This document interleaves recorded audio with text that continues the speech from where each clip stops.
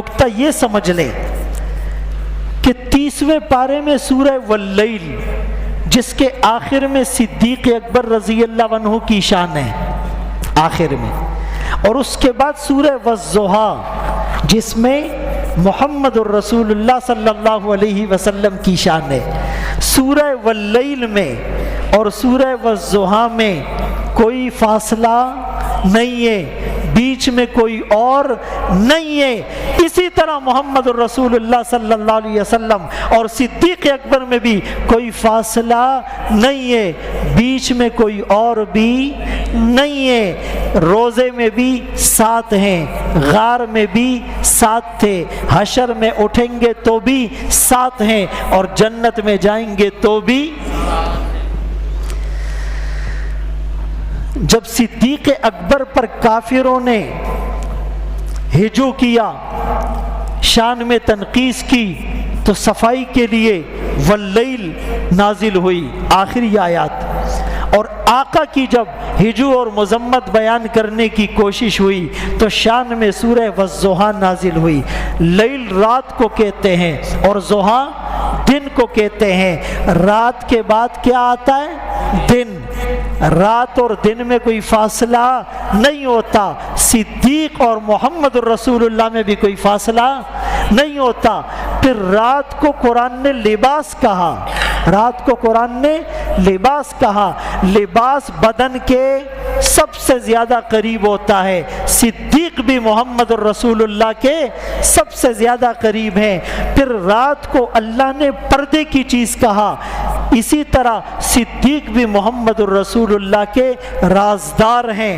پھر رات کو اللہ نے بنایا سکون کے لیے، جعل اللیل سکنا، رات بھی سکون کے لیے ہے، اور صدیق بھی محمد الرسول اللہ کے لیے سکون کا باعث۔ اللہ اکبر کبیرہ۔ اسی لیے میرے محترم دوستو، ایک قرآن کی آیت ہے، فرمایا کہ اس امت کے 3 درجات ہیں۔ ایک تو ظالم لنفسی، اپنے اوپر ظلم کرنے والے، ایک مقتصد درمیانے، کچھ نیکیاں کچھ گناہ جیسے عموماً ہم سب ہیں، اور ایک سابق بالخیرات، ٹاپ پر ہے، نیکیوں میں آگے بڑھ جانے والا۔ فرمایا سابق بالخیرات سے مراد بھی اصل میں صدیق اکبر رضی اللہ عنہ ہے، پھر باقی امت۔ کیوں؟ ایک دفعہ آقا مسجد میں آئے تو عبداللہ ابن مسعود رضی اللہ عنہ وہ نماز پڑھ رہے تھے اور نماز میں قرآن پڑھ رہے تھے۔ آقا نے فرمایا کہ ارے اگر قرآن پڑھو تو اس ابن ام عبد کے طرز پہ پڑھو، ابن مسعود کے طرز پہ پڑھو۔ اب ان کو تو پتہ نہیں، وہ تو نماز میں مصروف ہیں، وہ گھر چلے گئے۔ حضرت عمر رضی اللہ عنہ فرماتے ہیں میں جلدی جلدی عبداللہ ابن مسعود رضی اللہ عنہ کے گھر گیا کہ پہلے ان کو خوشخبری میں سناؤں کہ آقا نے آپ کی تعریف کی۔ فرمائے جب میں گیا تو صدیق اکبر خوشخبری دے چکے تھے۔ میں نے کہا صدیق لسباق بالخیر، تو خیر میں ہر جگہ آگے بڑھ جاتا ہے۔ حضرت عمر نے کہا آقا نے مال مانگا ہے، پورے گھر کا سامان 2 حصوں میں تقسیم کیا، آدھا حصہ گھر والوں کے لیے، آدھا محمد الرسول اللہ کے قدموں میں نچھاور کرنے کے لیے چل پڑے، اور دل میں یہ سوچا آج تو میں آگے نکل جاؤں گا۔ فرمایا جب میں گیا میں آدھا سامان لے کے گیا، صدیق اکبر پورا سامان لے کر آ گئے تھے۔ میں نے کہا صدیق تو خیر میں آگے بڑھ گیا۔ فرمایا مدینے کی ایک بڑھیا تھی، مضافات میں رہتی تھی، کوئی خدمت کرنے والا نہ تھا۔ میں نے دل میں سوچا عمر رات کے اندھیرے میں جا کر اس بڑھیا کی خدمت کر کے خیر میں آگے بڑھ جائے گا۔ جب میں گیا تو بڑھیا نے کہا ایک آدمی آتا ہے اور خدمت کر کے چلا جاتا ہے۔ میں اگلے دن ذرا جلدی گیا تو میں نے دیکھا ایک آدمی اس کے گھر کی خدمت کر کے اپنی چادر اوڑے ہوئے، چہرہ چھپائے ہوئے رات کے اندھیرے میں آ رہا ہے۔ میں نے جھپٹ کر دبوچا اور چادر ہٹائی، صدیق اکبر رضی اللہ عنہ تھے۔ میں نے پھر کہا تو خیر میں آگے بڑھ گیا۔ جنت کے 8 دروازے ہیں، وہ ہستی جسے ہر دروازے سے صدا آئے گی وہ صدیق ہیں۔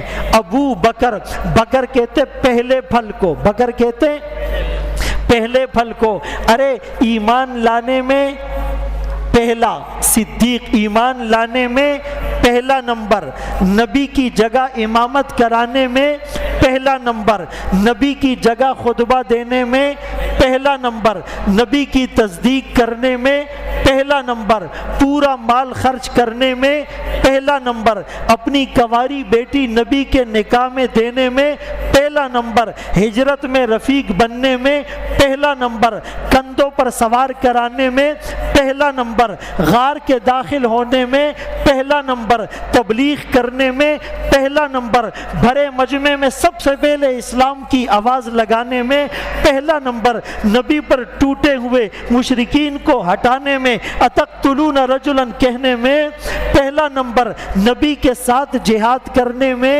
پہلا نمبر، نبی کے بعد خلیفہ بننے میں پہلا نمبر، صدیق اکبر رضی اللہ عنہ حج کی عمارت نبی کی مرضی سے اور مشاورت سے کرنے میں پہلا نمبر، اپنے گھر کے باہر ایک تھڑا بنا کر اس کو مسجد کا نام دینے میں پہلا نمبر۔ اسی لیے ہم یہ کہتے ہیں، ہمارا عقیدہ یہ ہے جو قرآن اور حدیث سے ثابت ہے، یہ تو میں نے کچھ اشارات دیے، پورا قرآن بھرا ہوا ہے کہ صدیق اکبر رضی اللہ عنہ خلیفہ بلا فصل ہے، خلیفہ اول ہے، خلیفۃ الرسول ہے، خلیفۃ المسلمین ہے۔